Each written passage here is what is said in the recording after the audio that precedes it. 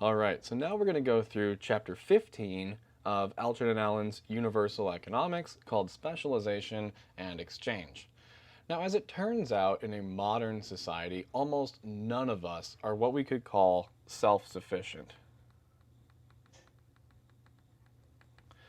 We depend crucially on the efforts of others, and in turn, others depend crucially on our efforts too. So why is this?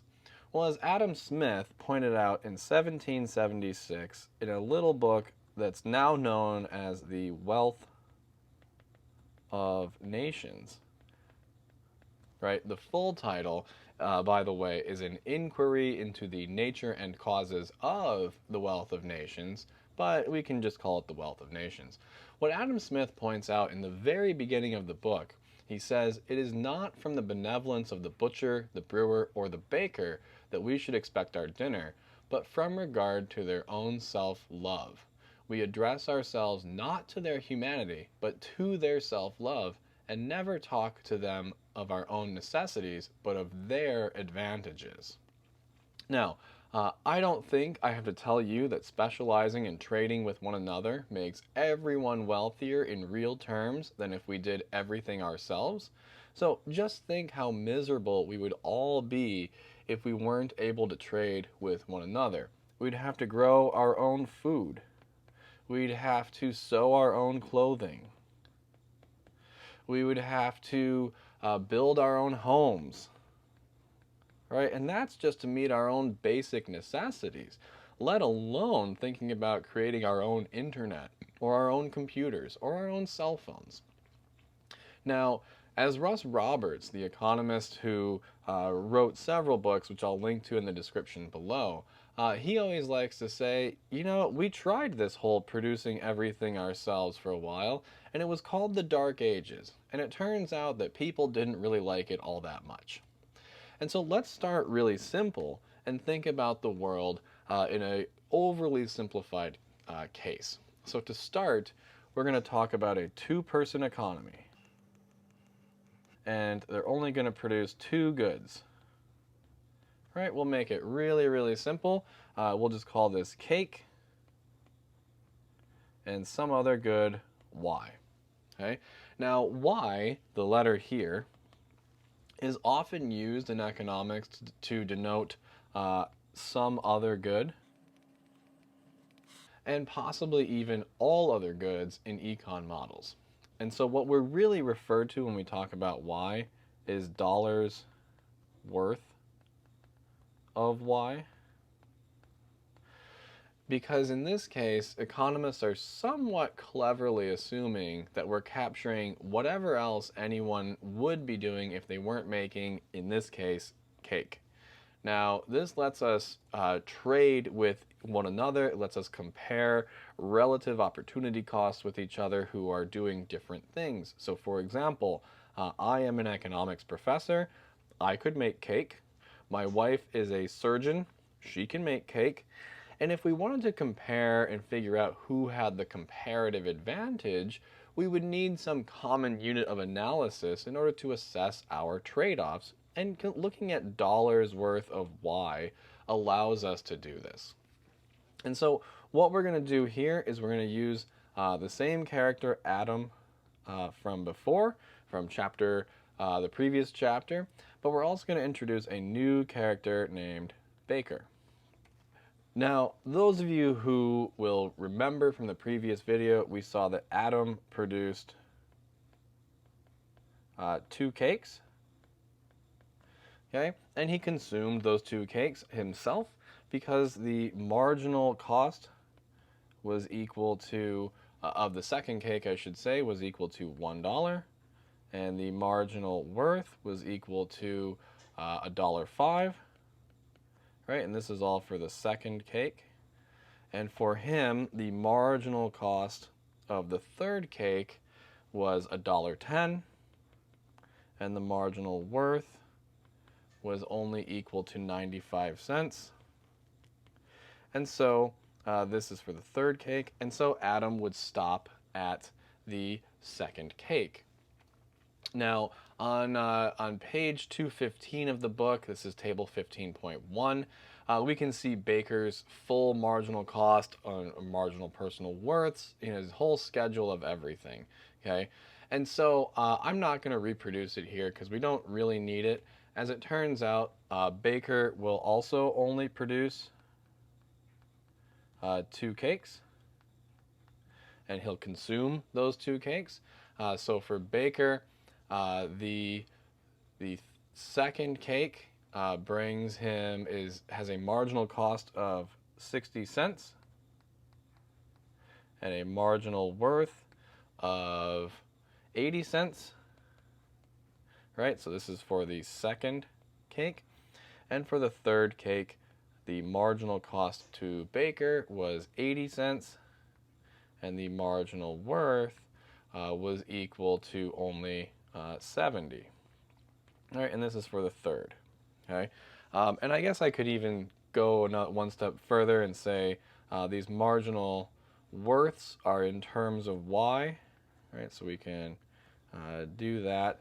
Don't really need to, but we can be consistent with the book here as well. Now, what we want to point out here is that Baker and Adam can benefit from trade.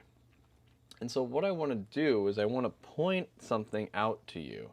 I want to point out that the marginal cost to Baker of producing the third cake is 80, right? And the marginal worth to Adam is 0.95. And so what we can say is that what Baker could do is produce the third cake anyway and sell it to Adam. And let's say that Baker makes the third cake. So Baker makes third cake and offers to sell to Adam for, let's say, 0.90. Okay? Now, the first thing we should do is we should ask the question, will Adam accept this trade? Okay? And the answer is yes, because here the cost to Adam for the third cake that Baker produces is only 90, and the worth is 95. So Adam will say yes. And here's kind of the other cool thing. The 90.9y is more than it cost Baker to produce. And so he would also agree to this trade. And so what ends up happening is Adam ends up with 3 cakes and Baker ends up with 7.9y, which is more than the 7.8 that he would have if he had just stayed by himself. And I should also point out that Baker keeps having 2 cakes. So Baker is better off by 0.1y, and Adam is better off by a cake. And so everyone here wins. Okay, and this is just a simple two-person exchange. And if you want to go look into more of the details, check out that table on page 215 of the book. Now, what if we added in a third person? Okay, so when there's only 2 people that interact in a trade, it simply must be the case that both parties are made better off as a result of that exchange. Okay, so trade, as you've probably heard, trade is mutually beneficial. Right? If there is an exchange that is voluntarily entered into, then both parties must be benefiting. Now, a quick side note, just for the persnickety among us, if you ever encounter any of these people, this part isn't technically true. What really matters is that people expect to be made better off when they're going into the exchange. Okay, most of the time we're right, but sometimes we're wrong. And this is just called learning. Okay, and it's a part of life. Fortunately, most stores, for example, have pretty generous return policies, just in case you actually find out that whatever it is that you purchased actually does not make you better off than the money that you had. And so what if we add in a third person to this? So we had, someone named Adam, we had someone named Baker, and what if we add in a third person, let's call them Carter, okay? And let's say that Carter can produce at a lower cost than, in this case, Baker.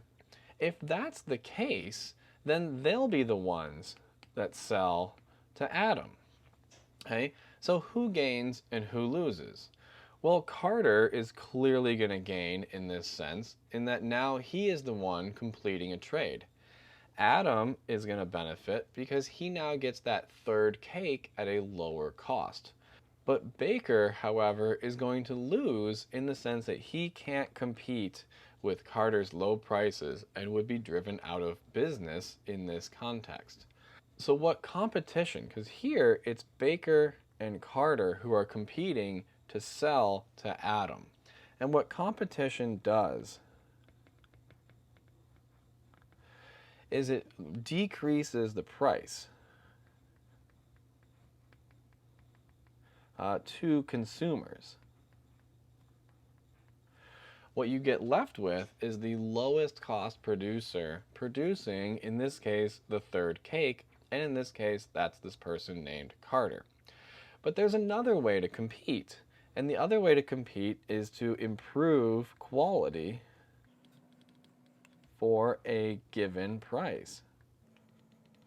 So Baker might not be able to compete with Carter in terms of price, but Baker might be able to produce a higher quality cake for the same price as he currently is than Baker could produce, and thereby Baker might end up winning Adam's scarce dollars in this case. But really, these two things here are just two sides of the exact same coin.